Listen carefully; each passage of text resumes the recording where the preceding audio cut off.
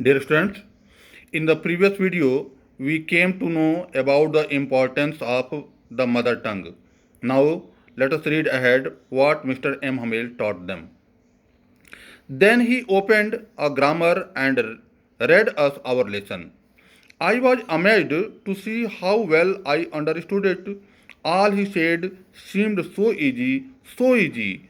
I think too that I had never listened so carefully and that he had never explained everything with so much patience. It seemed almost as if the poor man wanted to give us all he knew before going away and to put it all into our heads at one stroke. Here, the narrator French describes that after describing about the language, after telling them the importance of the mother tongue, the teacher, Mr. M. Hamel, opened a grammar lesson to them. He read, and the narrator describes that he was surprised, he was amazed to see how well he could understand that. He says that it was so easy for him, it was extremely easy for him. He himself expresses, he himself says that he had never listened so carefully before that day, and probably the teacher too had never explained everything with so much patience as he explained on the day of the last lesson.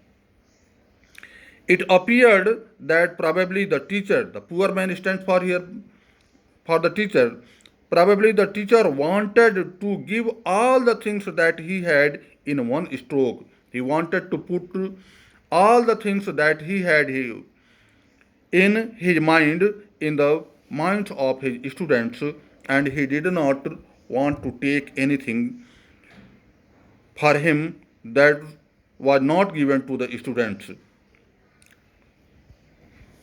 After the grammar, we had a lesson in writing. That day, M. Hamel had a new copy for us, written in a beautiful round hand, France Alsace, France Alsace. They looked like little flags floating everywhere in the schoolroom, hung from the rod at the top of our desks. You ought to have seen how everyone set to work and how quiet it was. The only sound was the scratching of the pens over the paper. Once some beetles flew in, but nobody paid any attention to them, not even the littlest ones, who worked right on tracing their fish hooks, as if that was French too. On the roof, the pigeons cooed very low, and I thought to myself, will they make them sing in German, even the pigeons? Now, here the narrator describes that after the grammar lesson, they had a lesson in writing. Mr. M. Hamel gave them a lesson in writing. That day, M. Hamel had brought new copies for the students, and on it, in a very beautiful handwriting, it had been written France Alsace, France Alsace. These copies appeared to French. French thought that they appeared like little flags that were floating everywhere in the schoolroom, and they had been hung from the rods that were on the top of their desks. He felt that they were like their national flags.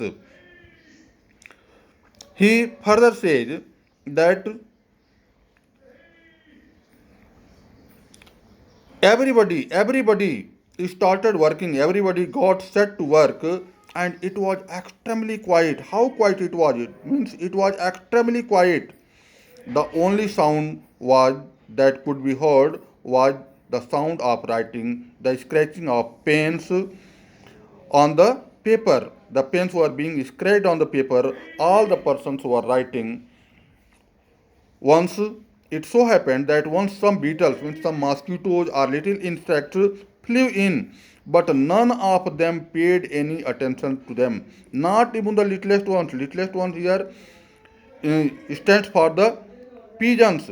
Not even the pigeons paid attention to those beetles. The who worked right on tracing their fish hooks. Their fish hooks stands for the beaks of the pigeons.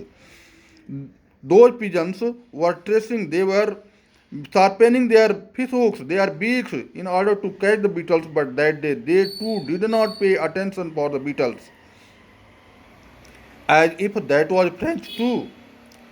Probably they also thought that that was also French. They were paying attention to the French lesson. On the roof, the pigeons cooed very low. The pigeons cooed. The pigeons made their sounds. They chirped. And the narrator himself thought, French thought, if they here stand for the Prussians, if they would make them stand for the pigeons, if they would make the pigeons sing in German. Now let us read ahead. Whenever I looked up from my writing, I saw M. Hamel sitting motionless in his chair and gazing first at one thing, then at another, as if he wanted to fix in his mind just how everything looked in that little schoolroom. Fancy, for 40 years he had been there in the same place, with his garden outside the window and his class in front of him. Just like that, only the desks and benches had been worn smooth, the walnut trees in the garden were taller, and the hopvine that he had planted himself twined about the windows to the roof. How it must have broken his heart to leave it all, poor man, to hear his sister moving about in the room above, packing their trunks, for they must leave the country next day. Now, here the narrator describes about Mr. M. Hamel. Whenever he looked from his things, whenever he looked from his writings, he saw Mr. M. Hamel sitting motionless. He was not making any motions, he was only gazing at one thing and then the another. First one thing and then another. He was only looking at things. Probably he wanted to fix in his mind how the things looked there in that little schoolroom in the campus. He wanted to fix all those things in his mind. As for 40 years he had been there in the same place. He had been teaching there for 40 years. He had been in the same place for 40 years. There was his garden outside the window and his class in front of him. He had made his garden. The garden was outside the window and the little schoolroom was just in front of him. What had changed? Nothing had changed. Only the desks and benches had been old, had been worn smooth, and the walnut trees that he had planted, they had become taller, and the hope vine which he himself had planted had twined about the windows. They had twisted, had twined about the windows to the roof. How it must have broken his heart to leave it all, as he had been living there for 40 years. So the narrator feels that it had been for him to break his heart. He felt very sad. All the persons there felt very sad. Poor man, to hear his sister moving about in the room above, packing their trunks, for they must leave the country the next day. His sister was packing the luggage. She was moving the trunks. She was packing the trunks as they had to leave the country the next day. They had been ordered to make way for German teachers and they had to leave the country the next day. Dear friends, remaining in the next video.